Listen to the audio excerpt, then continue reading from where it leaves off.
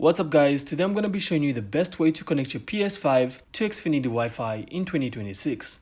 So it's actually quick and ensures a stable connection for gaming.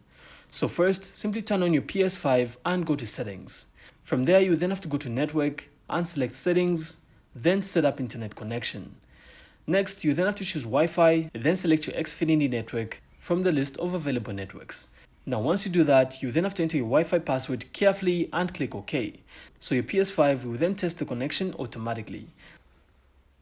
So for the fastest speeds, simply make sure you're on a 5 GHz band if your router supports it. And also position your console close to the router if possible.